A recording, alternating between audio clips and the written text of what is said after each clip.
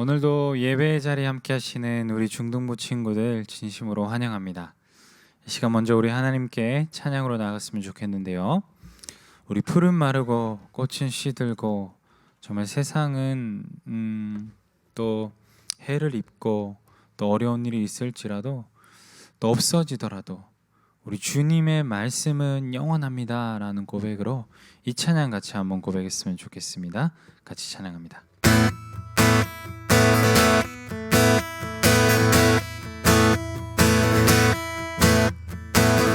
풀이 마르고 꽃이 시드나 주의 말씀은 영원해.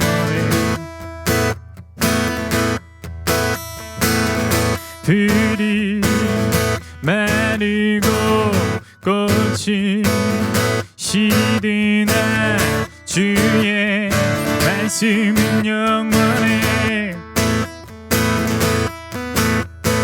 주의 말씀을 믿는 자 그의 구원을 얻으리. 주의 말씀을 행하는 자 그의 능력을 보게 되리라.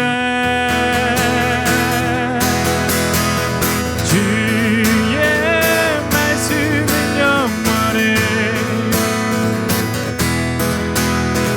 주의 말씀은 영원해.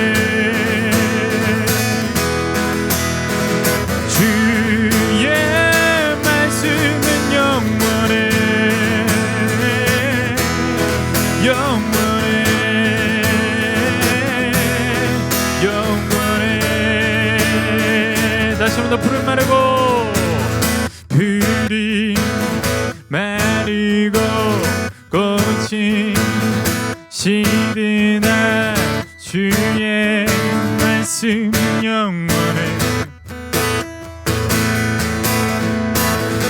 풀이 마르고 꽃이 시드나 주의 말씀은 영원해.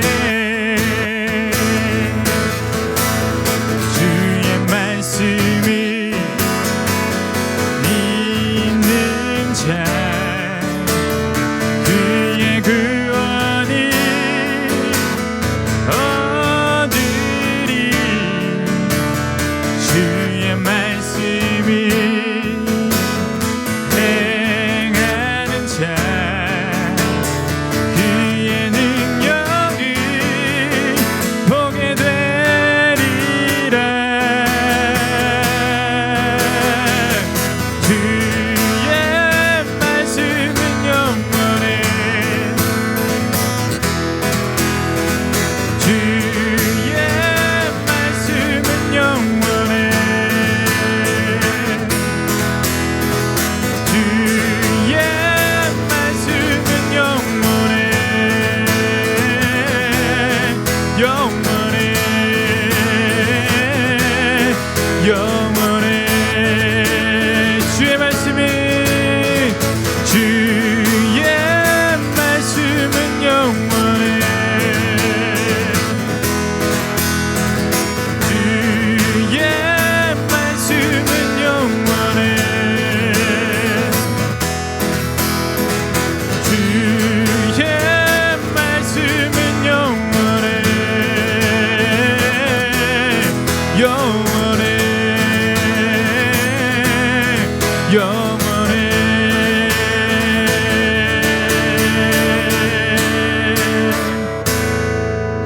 아멘. 우리 계속해서 찬양하실 때 이 시간에 정말 아무런 자격 없이 아무런 또 조건도 없이 우리를 부르시고 우리를 자녀 삼아 주신 그 주님의 은혜를 생각하며 우리 같이 찬양 고백했으면 좋겠습니다.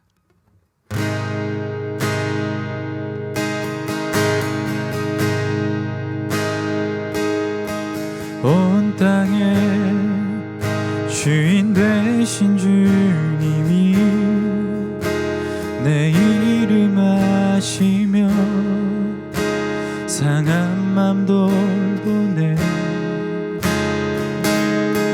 어둠을 밝히시는 새벽별 방황하는 내 맘 주의 길 비추시네. 나로 인함이 아닌 주가 행하신 일로 나의 행함이 아닌 오직 주로 인하여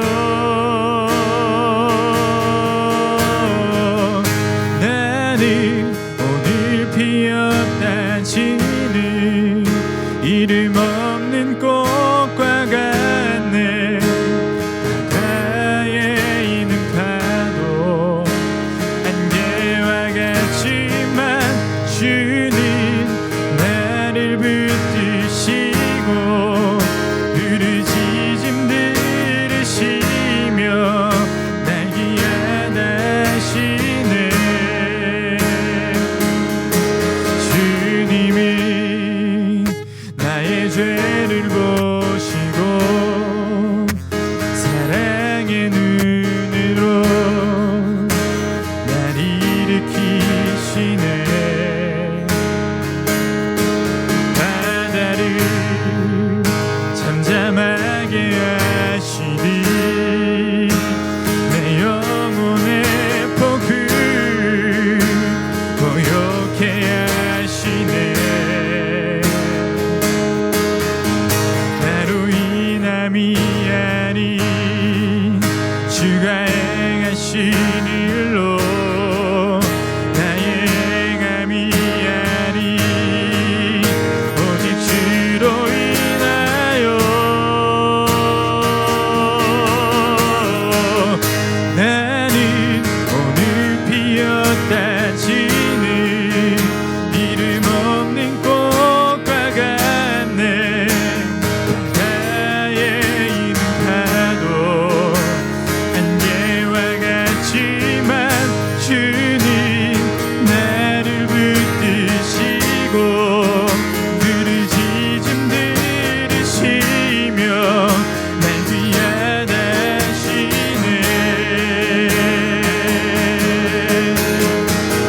나는 오늘 피었다 지는 이름 없는 꽃과 같네. 바다에 있는 파도 안개와 같지만 주님 나를 붙드시고 부르짖음 들으시며 날 귀하다시네. 나 오직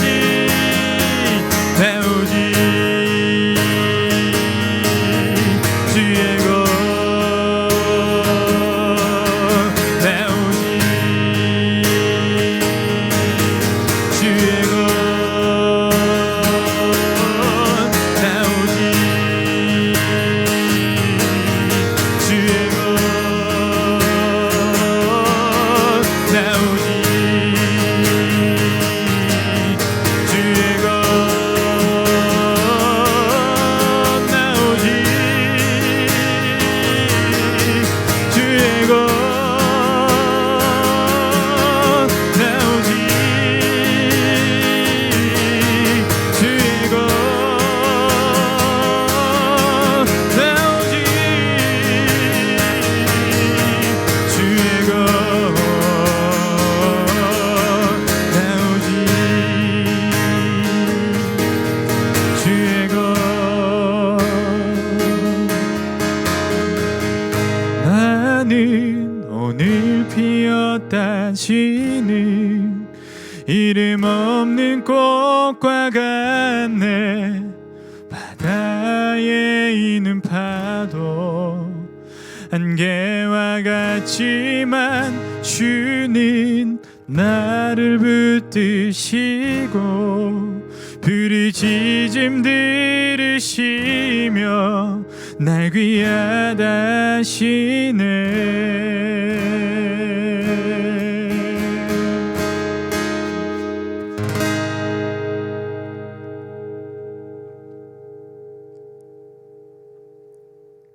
아버지 하나님 감사합니다.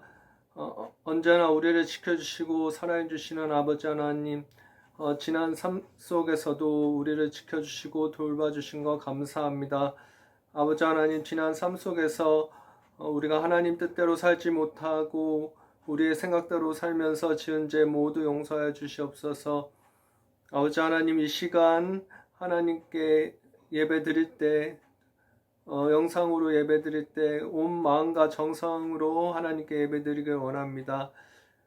아버지 하나님, 코로나19로 인해서 힘든 상황 속에서도 더욱 하나님을 의지하고 하나님과 가까워질 수 있는 저희 중등부가 되길 원합니다.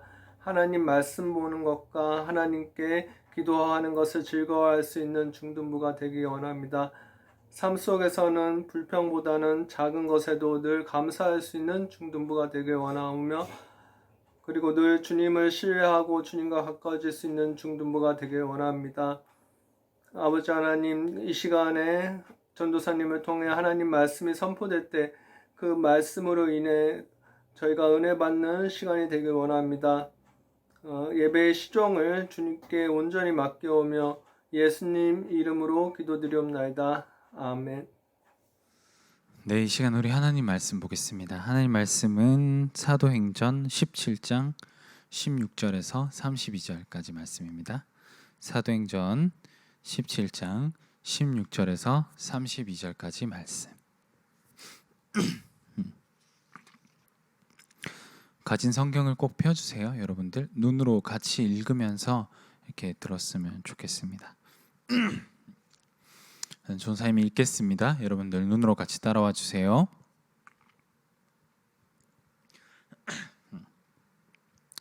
바울이 아덴에서 그들을 기다리다가 그 성에 우상이 가득한 것을 보고 마음에 격분하여 회당에서는 유대인과 경건한 사람들과 또 장터에서는 날마다 만나는 사람들과 변론하니 어떤 에피쿠로스와 스토아 철학자들도 바울과 쟁론할세 어떤 사람은 이르되 이 말쟁이가 무슨 말을 하고자 하느냐 하고 어떤 사람은 이르되 이방신들을 전하는 사람인가 보다 하니 이는 바울이 예수와 부활을 전하기 때문이로라. 그를 붙들어 아레오바고로 가며 말하기를 네가 말하는 이 새로운 가르침이 무엇인지 우리가 알 수 있겠느냐.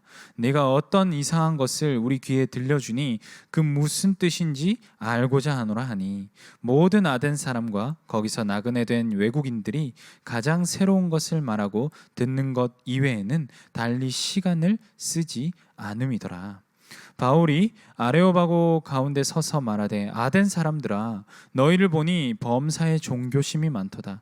내가 두루다니며 너희가 위하는 것들을 보다가 알지 못하는 신에게라고 새긴 단도 보았으니 그런즉 너희가 알지 못하고 위하는 그것을 내가 너희에게 알게 하리라. 우주와 그 가운데 있는 만물을 지으신 하나님께서는 천지의 주제시니 손으로 지은 전에 계시지 아니하시고 또 무엇이 부족한 것처럼 사람의 손으로 섬김을 받으시는 것이 아니니 이는 만민에게 생명과 호흡과 만물을 친히 주시는 이심이라. 인류의 모든 족속을 한 혈통으로 만드사 온 땅에 살게 하시고 그들의 연대를 정하시며 거주의 경계를 한정하셨으니 이는 사람으로 혹 하나님을 더듬어 찾아 발견하게 하려 하심이로되 그는 우리 각 사람에게서 멀리 계시지 아니하도다. 우리가 그를 힘입어 살며 기동하며 존재하느니라. 너희 시인 중 어떤 사람들의 말과 같이 우리가 그의 소생이라 하니 이와 같이 하나님의 소생이 되었은즉 하나님을 금이나 은이나 돌에다 사람의 기술과 고안으로 새긴 것들과 같이 여길 것이 아니니라. 알지 못하던 시대에는 하나님이 간과하셨거니와 이제는 어디든지 사람에게 다 명하사 회개하라 하셨으니 이는 정하신 사람으로 하여금 천하를 공의로 심판한 날을 작정하시고 이에 그를 죽은 자 가운데서 다시 살리신 것으로 모든 사람에게 믿을 만한 증거를 주셨음이니라 하니라. 그들이 죽은 자의 부활을 듣고 어떤 사람은 조롱도 하고 어떤 사람은 이 일에 대하여 내 말을 다시 듣겠다 하니 이에 바울이 그들 가운데서 떠나매 몇 사람이 그를 가까이하여 믿으니 그 중에는 아레오바고 관리 디오누시오와 다마리라 하는 여자와 또 다른 사람들도 있었더라. 아멘. 네, 여러분, 바울은 지난주 이제 빌립보로 향했고요. 계속해서 유럽 선교를 이어가고 있습니다. 지난주 그 빌립보 지역을 선교한 것을 필두로 하여서 근거지로 삼아서 데살로니가, 베레아 등을 차례로 지나가며 선교하며 나아가죠. 동시에 여러분, 이 바울을 쫓으며 유대인들의 방해도 계속되었습니다. 그들은 바울과 그 일행들이 복음을 전하는 것을 방해하려고 그들을 따라다니며 지역의 무리들을 막 동요시켰죠. 오늘 이야기는 아덴이라는 지역에서 일어난 선교 이야기입니다. 아덴은 여러분들이 잘 아는 그리스의 아테네, 그 아테네 지역을 오늘 성경이 아덴이라고 번역을 했는데요. 바울은 이 아덴에 오기 직전에 베레아라는 지역에서 선교를 하다가 유대인들의 위협을 받았고 홀로 먼저 몸을 피하여서 아덴으로 건너온 상태였습니다. 그리고 오늘 이 일이 일어났는데요. 오늘 우리 함께 이 아덴에서 일어난 선교의 일을 살피며 우리 자신을 돌아보기 원합니다. 첫 번째로 보고 싶은 것은 거룩한 분노입니다. 거룩한 분노. 우리 본문 16절, 17절 우리 한 번 더 읽어보실까요? 거룩한 분노 16절, 17절 시작. 바울이 아덴에서 그들을 기다리다가 그 성에 우상이 가득한 것을 보고 마음에 격분하여 회당에서는 유대인과 경건한 사람들과 또 장터에서는 날마다 만나는 사람들과 변론하니. 아멘. 네, 바울은 홀로 먼저 가서 아덴에서 일행들을 기다리고 있었습니다. 바울과 일행들은 항상 무리를 지어서 전도를 했는데요. 그 이유는 예수님을 전하는 것도 물론이거니와 그 낯선 지역에서 새로운 사상을 전한다는 게 여러분 상당히 위험을 감수해야 하는 일이었기 때문입니다. 그런데 오늘 바울은 아덴에 홀로 있을 때 일행을 기다리지 못하고 격분하여서 당장 회당과 장터로 전도하러 들어갑니다. 여기서 여러분 격분이라는 단어는요, 크게 화나는 상태, 분노하는 상태를 말하는데요. 바울은 왜 격분했다고 하고 있습니까? 본문을 보시면 바로 그 지역에 뭐가 가득했기 때문이라고요? 우상이 가득했기 때문이다. 네, 여러분 아시다시피요, 아테네는 헬라 제국의 수도였습니다. 알죠? 헬라 제국의 수도였어요. 후에 지금 이 로마 제국 아래서도요, 여전히 철학과 종교, 그런 문화의 중심 역할을 단단히 하고 있었죠.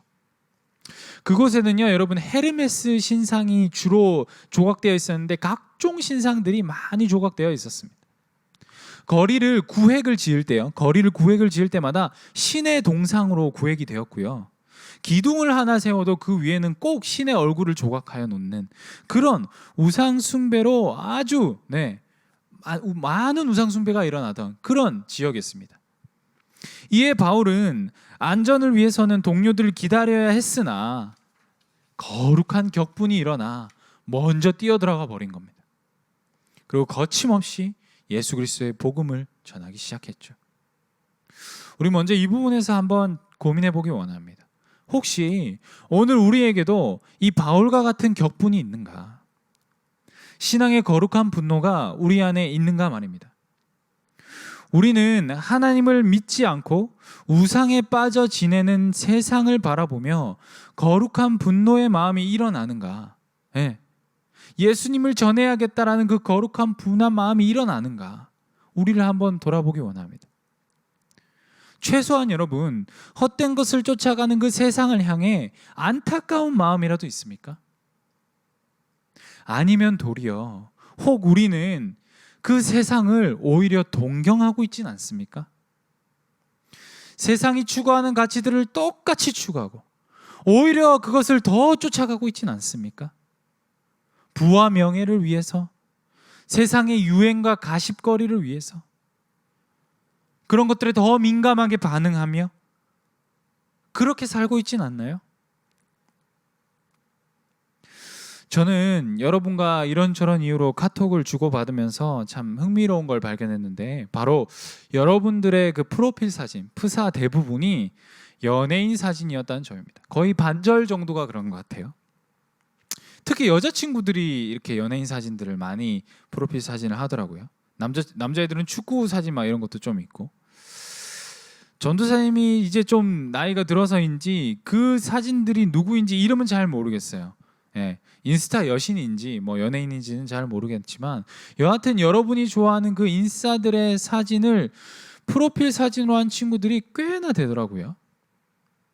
네, 청소년기를 지나며 뭐 좋아하는 연예인 한 명 있는 것이 그게 무슨 큰 문제이겠냐마는, 한편으로는 제가 조금 걱정이 생겼습니다, 여러분. 뭐 프로필 사진을 아무런 의미 없이 사용하는 친구들도 있겠지만, 무언가 프로필 사진을 등록을 한다는 것 자체가 의도가 들어가지 않습니까? 아무 생각 없이 하진 않겠죠. 혹시 우리 친구들의 삶이 좋아하는 연예인들 생각하는 걸로 가득 차 있지는 않을까? 무비판적으로 세상 미디어가 자극하는 대로 그것을 무분별하게 수용하면서 그저 그것을 따라가고 있지는 않은가? 쫓아가고 있지는 않은가? 수용하고 있지는 않은가? 걱정이 되었어요. 더 직접적으로 따져보자면 우리 친구들 하나님을 하루에 얼마나 생각할까? 반면 좋아하는 연예인에 대해서는 얼마나 보고 얼마나 생각할까? 그런 걱정이 들었습니다. 여러분, 오늘 바울은 하나님을 모르고 세상의 헛된 것을 쫓아서 우상을 숭배하는 이 아덴 사람들을 향해서 거룩한 분노가 일어나 도저히 참을 수가 없어서 전도하러 홀로 뛰어들어갔습니다. 여러분, 우리가 바울과 같이 행동하지 못하더라도 그런 세상을 바라보며 적어도 안타까운 마음은 일어나야 하지 않을까요? 우리 안에 예수 그리스도의 복음이 있다면 적어도 우리가 그것을 과하게 동경하고 추구하고 따라가는 것은 유의해야 하지 않을까요? 한번 우리 자신을 돌아보기 원합니다.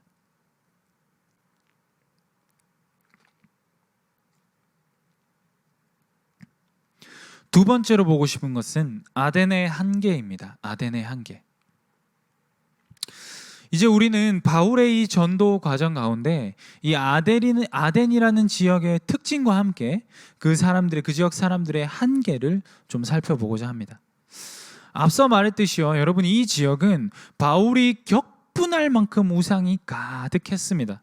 네, 그들은 수많은 신들을 믿었고요, 그 신들을 추구하고 그런 삶을 산 거죠. 이후 구체적으로 본문에 나타난 그들의 행동을 좀 보자면요, 이렇습니다.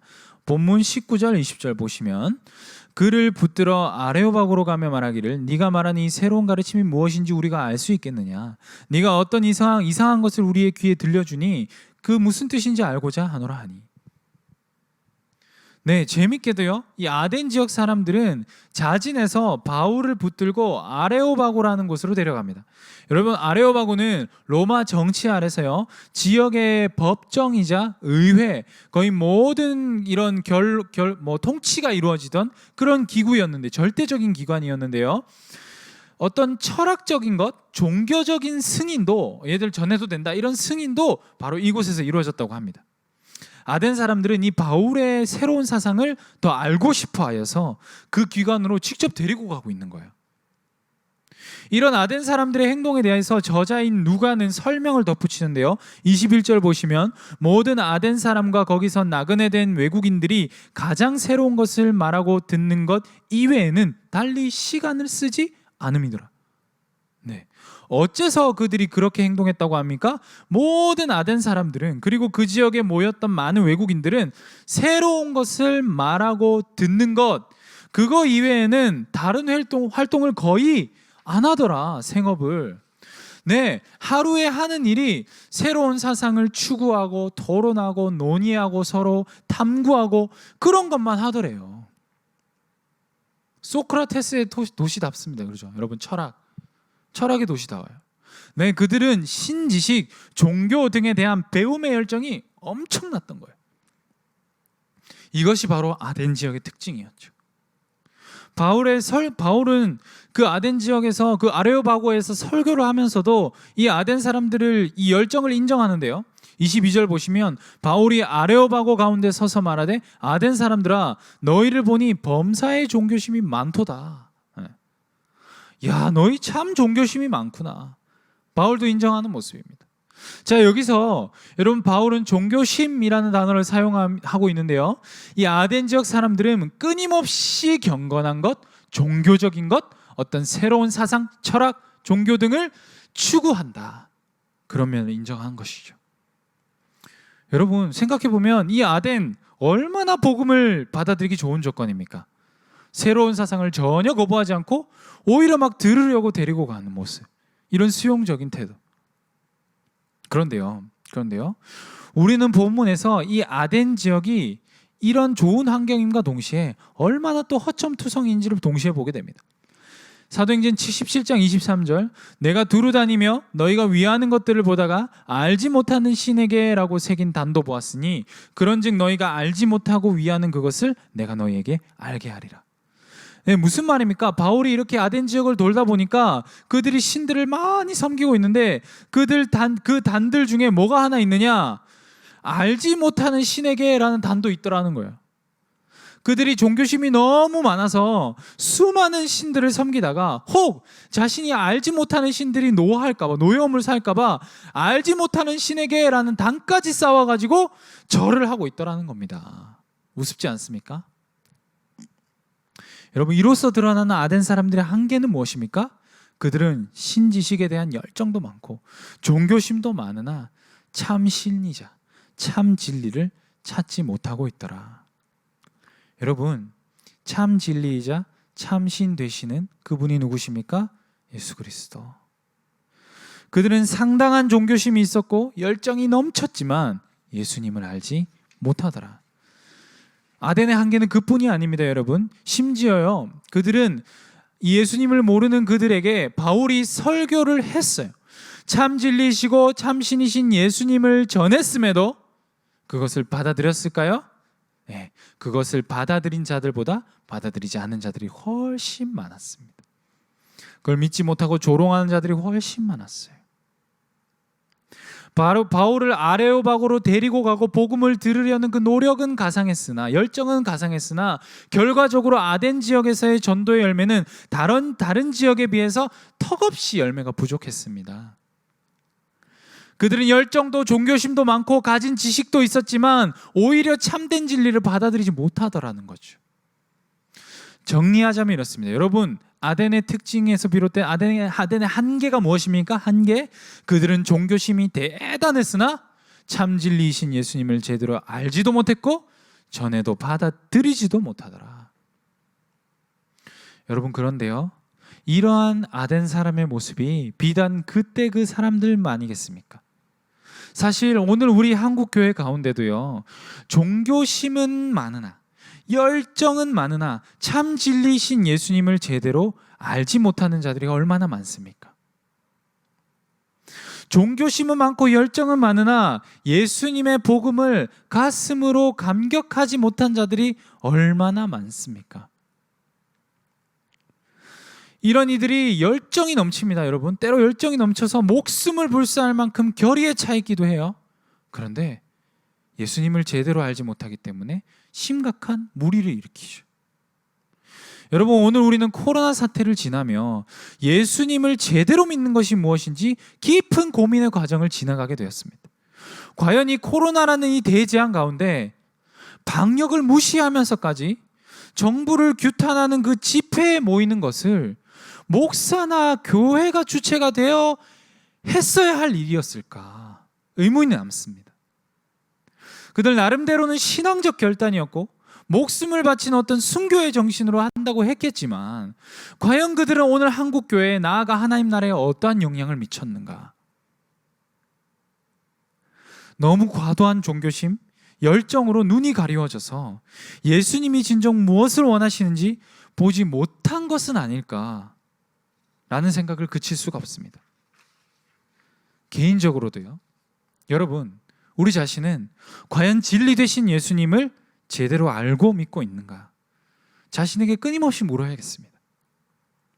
부끄럽지만요, 전사님이 많이 얘기했지만 저는 30년 평생 동안 교회를 다녔지만 30년 정도, 30년 아니죠, 한 20년 정도, 20년 평생 교회를 다녔지, 거의 반생에 넘쳐 교회를 다녔지만 열심도 유배를 났어요. 여러분, 교회에서 학생 회장도 하고 찬양 리더도 하고, 여러분 예전에는 저녁 예배 드렸거든요.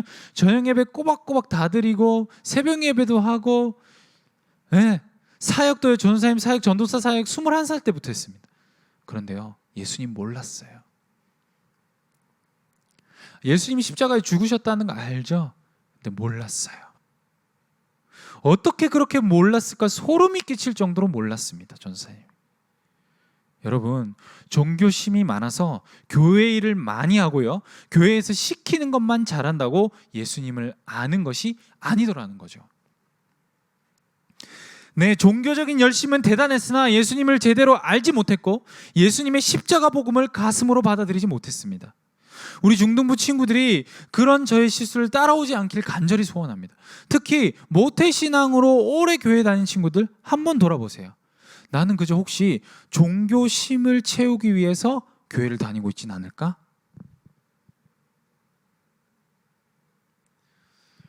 그렇다면 여러분, 질문이 생기죠. 그렇다면 어떻게 우리가 그걸 분별할 수 있을까요? 내가 종교심으로 교회를 다니는지, 종교적 열심을 표출하기 위해 교회를 다니는지, 아니면 진정 예수님을 믿기에, 알고 믿기에, 고백하기에 교회를 다니는지. 여러 방법들이 있겠지만 한 가지를 제시하자면 이렇습니다. 여러분이 어떤지 한번 생각해 보십시오. 자, 1번, 여러분이 어떤 유인지 한번 생각해 보십시오. 1번, 교회를 다닐수록 내가 좀 더 괜찮은 사람으로 느껴진다. 교회를 다니면 다닐수록 뭔가 내가 좀 세상 사람들보다 나은 사람으로 느껴진다.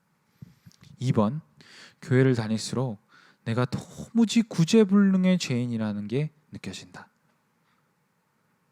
도대체가 감당이 안 되는 죄인이라는 게 느껴진다. 여러분이 만약 1번에 해당됐다면요, 자신의 종교심을 발현하려고 교회를 다니는 사람일 가능성이 아주 높습니다. 우리는 바울의 유명한 고백을 잘 알고 있습니다. 디모데전서 1장 15절, 미쁘다 모든 사람이 받을 만한 이 말이요, 그리스도 예수께서 죄인을 구하시려고 세상에 임하셨다 하였도다. 죄인 중에 내가 괴순이라. 아멘. 예수님께 완전히 사로잡힌 자들에게 마땅히 나타나는 반응. 여러분, 그저 종교적 열심을 내는 것과 예수님의 복음에 감격하여서 종교 생활을 하는 것은 분명히 다릅니다.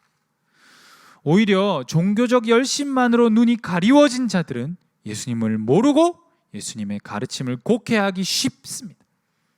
한번 자기 자신을 엄밀하게 돌아보길 원합니다. 그리고 아직 예수님의 그 복음이 나의 가슴에 감격으로, 그리고 그런 내가 왜 죄인인지를 잘 모르겠다, 잘 느껴지지 않는다 하는 친구들은 기도했으면 좋겠습니다. 오로지 그 일은 하나님께로부터 주어지는 성령의 은혜이기 때문입니다. 그것을 깨닫게 되는 것은. 마지막 세 번째로 이것을 보고 싶습니다. 조롱에서 조롱으로 끝날지라도입니다. 조롱에서 조롱으로 끝날지라도. 바울은요, 아덴 지역의 그 유명한 철학파였던 에피쿠로스 학파와 스토아 학파의 철학자들과 쟁론을 하는데요, 그때 그 사람들이 이 바울에게 이렇게 말을 합니다. 바울을 향해서 이렇게 말합니다. 17장 18절, 어떤 에피쿠로스와 스토아 철학자들도 바울과 쟁론할세 어떤 사람은 이르되 이 말쟁이가 무슨 말을 하고자 하느냐고, 어떤 사람은 이르되 이방신들을 전하는 사람인가 보다 하니 이는 바울이 예수와 부활을 전하기 때문이로라. 네, 바울 보러 뭐라고 하죠? 바울 더러 그들이 말쟁이다 이렇게 얘기해요. 여러분, 여기서 나오는 말쟁이라는 단어는요, 원어적으로 보면 이 새가 먹이를 쪼아 먹는 그런 모습에서 나온 단어예요. 그런 의미를 담은 단어. 이 가치 없는 잡다한 지식들을 무작위로 받아들여서 전하는 자, 그들을 향해서 말쟁이라고 했었습니다. 즉 삼류. 3류급 지성인들을 가리켜서 이렇게 지칭했다는 거예요. 한마디로 바울을 지금 조롱하고 있는 거죠. 야, 웃음 말쟁이에 불과해, 이렇게 비하하는 거예요. 그리고요, 이 초반이었죠. 그리고 마지막에 바울이 아레오바고에서 변론을 마친 후에, 모든 설교를 마친 후에, 전도한 후에 이야기의 끝부분에도 조롱이 나옵니다. 사도행전 17장 32절. 그들이 죽은 자의 부활을 듣고 어떤 사람은 조롱도 하고 어떤 사람은 이 일에 대하여 내 말을 다시 듣겠다 하니, 어떤 사람은 조롱을 하더라.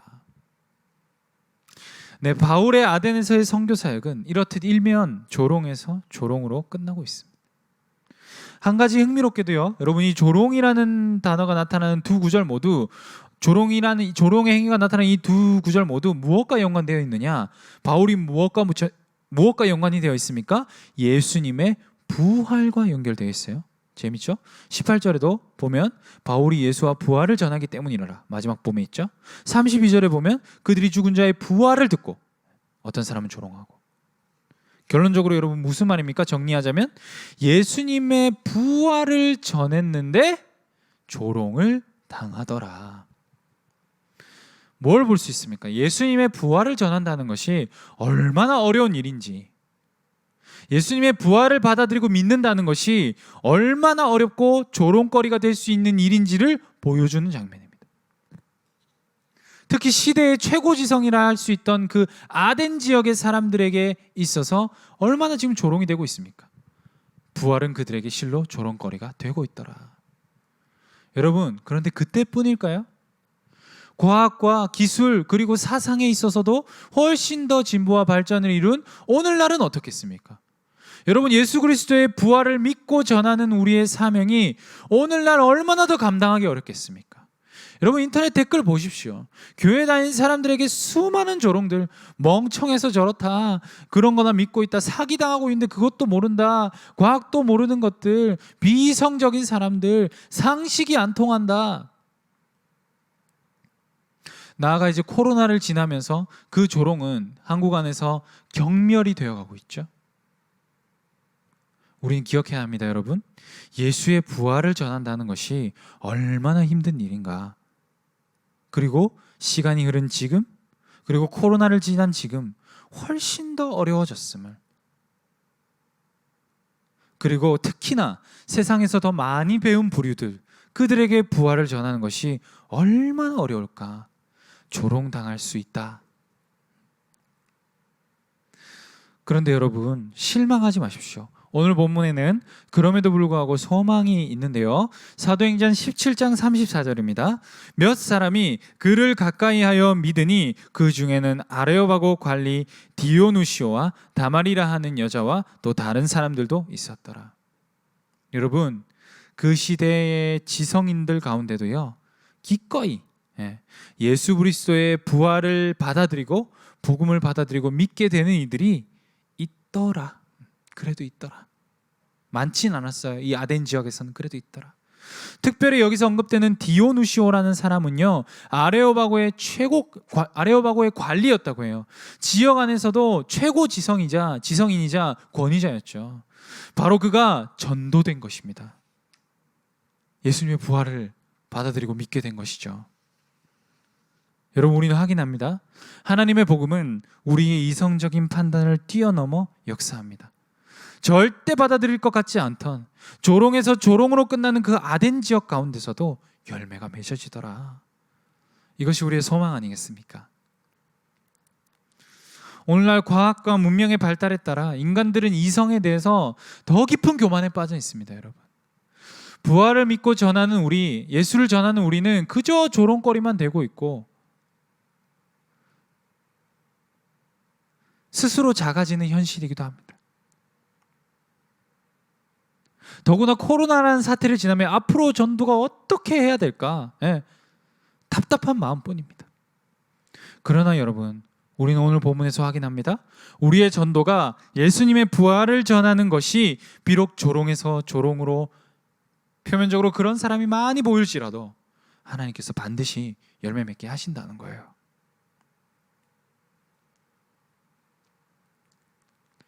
중요한 것은 바로 우리의 신앙일 것입니다, 여러분. 안타깝게도요. 교회 안에서도 예수님의 부활을 믿지 못하는 사람들이 참 많아요. 돌아보면 저도 그랬던 것 같아요.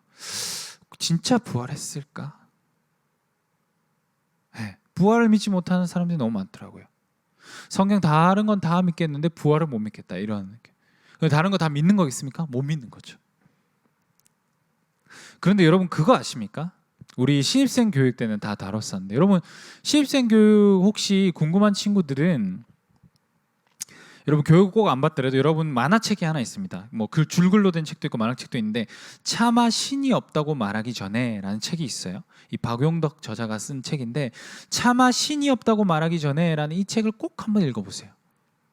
여러분이 기독교 세계관에 대해서 오해하고 있던 모든 부분들이 바로 잡혀질 것입니다. 이성적 접근을 한번 해볼 수가 있을 거예요. 여러분이 그냥 믿어왔다면 의심하고 있었던 부분들, 해소되지 않았던 부분들이 많이 해소될 겁니다. 만화책인데도 불구하고 아주 좋아요. 책.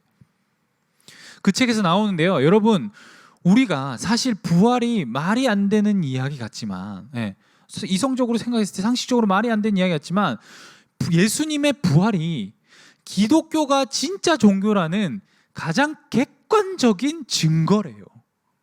이게 여러분 받아들여지십니까? 가장 객관적인 증거라고요. 주관적인 증거가 아니라. 그러면서 그 저자가 그 책에다가 이제 예를 그 예시를 하나 들었는데 이 예수님의 부활이 허구라는 것을 밝히기 위해 10년 동안 연구한 학자가 있었습니다. 선생님 지금 책 이름이 저서가 갑자기 생각이 안 나는데 그 사람이요 10년 동안 연구를 한 결과가 어떻게 된 줄 아세요? 예수님 믿게 됐어요. 예수님의 부활이 사실이라는 걸 밝혀낸 거죠. 예수님의 부활이 허구라는 것을 밝히기 위해서 연구에 들어갔는데 예수님의 부활이 진짜다. 그 중에서 뭐 여러 가지 증거가 있습니다. 뭐 약간만 소개시켜드리면 여러분 첫째로 절대로 예수님의 부활이 사실이 아니고는 유대인들이 토요일에 안식일을 지키다가 주일에 예배를 드릴 수가 없었다는 거예요. 그들은 목숨을 바꾸는 일과도 맞먹는 일이었대요. 그게. 그들은 안식일을 철저히 지키고 있었어요. 10계명의 안식일, 6일 토요일에 그들은 안식일을 철저히 지키고 있었는데 주일에 예수님의 부활을 기념하는 날로 예배를 드리게 되는 게 이게 목숨과도 바꿀 수 없는 어떤 그러한 일이라는 거예요. 유대인들에게 있어서. 근데 그게 이루어졌잖아요. 놀랍죠. 놀랍죠. 부활이 사실이 아니고는 절대 그런 일이 일어날 수 없다는 거예요. 그리고 빈무덤에 대해서도 막 많은 낭설들이 있습니다. 예수님의 빈무덤 제자들이 가져갔을 것이다. 시체를. 여러분 제자들이 가져갔으면 제자들이 가져갔다면 그리고 혹 그런 낭설도 있습니다. 그 관리들이 숨겼을 것이다. 예수님이 시체를 숨겼을 것이다. 그런 낭설이 있어요. 이 낭설이 먼저인데 그 예수님이 죽고 부활을 하셨는데 죽었는데 그 시체를 그 이제 유대 지도자들이 그 시체를 숨겼다는 거예요. 부활하신 게 아니라. 근데 여러분 생각해 보십시오. 유대 지도자 예수님 그 죽은 시체가 있으면 보여주는 게 훨씬 낫죠. 예수 믿는 제자들이 막 부활했다고 막 증거하고 다니는데. 여튼 여러분, 선생님이 지금 뭐 허둥지둥 잘 설명을 못했는데 여러분이 꼭 이 책을 한번 읽어봤으면 좋겠어요. 예수님의 부활이요, 우리 기독교에 있어서 가장 객관적인 증거예요. 그로부터 오늘에 이르기까지 이 복음의 확장이 일어났습니다. 말씀을 마무리합니다. 여러분, 오늘 우리 아덴에서의 이 선교 사역을 살피면서 먼저 우리에게 거룩한 분노가 있는가 과연? 바울의 모습 속에서 우린 너무 세상을 따라가고 있지는 않았는가? 아무런 무분별하게 오히려 동경하며 세상 것들 똑같이 추구하며 가고 있지는 않은가? 한번 반성해 보시고요. 두 번째로 혹시 우리는 종교적 열심을 채우기 위해 교회를 다니고 있지는 않았는가? 예수님을 바로 알고 있고 제대로 믿고 있는가? 받아들이고 있는가? 한번 여러분 고민해 봤으면 좋겠고요. 마지막으로 조롱에서 조롱으로 끝날지라도 진짜 이 시대의 지성들에게 우리가 전하는 이 예수의 부활이 조롱거리가 된다고 할지라도 우린 그 사명을 감당할 때 하나님께서 하나님의 그 능력으로 신비로 복음의 열매를 맺게 하신다. 이것을 기억하고 이번 한 주간 우리 하나님의 자녀답게 그 살아내는 중등부 되길 소원합니다. 기도하겠습니다. 하나님, 그렇습니다. 오늘 우리에게는 세상을 향한 바울과 같은 거룩한 분노가 있습니까? 아니면 세상보다 더 세상을 동경하고 살아가고 있진 않습니까? 회개합니다. 주님, 용서하여 주시옵소서. 우리가 더욱 주님을 추구하며 세상을 향한 거룩한 분노를 잃지 않아서 전도의 열매를 맺게 하여 주시옵소서. 주님, 아덴의 한계를 봅니다. 그들은 열심히 대단하고 종교심이 많았으나 예수님을 알지 못했고 대부분 받아들이지도 못했습니다. 혹시 내 안에 그 열심이, 그 종교심이 예수님을 아는 데 오히려 방해가 되고 있진 않았는가? 나는 오히려 그 종교적인 열심만을 채우고자 교회를 다니고 있지는 않았는가 돌아봅니다.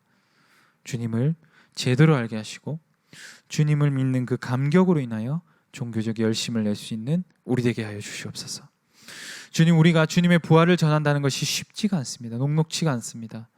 조롱에서 조롱으로 끝날 수도 있음을 우리가 확인했습니다. 그러나 그 가운데도 주님의 일하심으로 반드시 열매가 있다는 것을, 그 소망을 바라보며 전도의 열매를 맺어가는 저희 되게 하소서. 담대하게 하소서. 코로나로 인해 무너진 이 한국교회의 이미지 안에서도 반드시 합당한 열매를 맺게 하실 주님을 소망하며 성실하게 있는 자리에서 전도의 사명 감당하게 하소서. 예수님 이름으로 기도합니다. 아멘.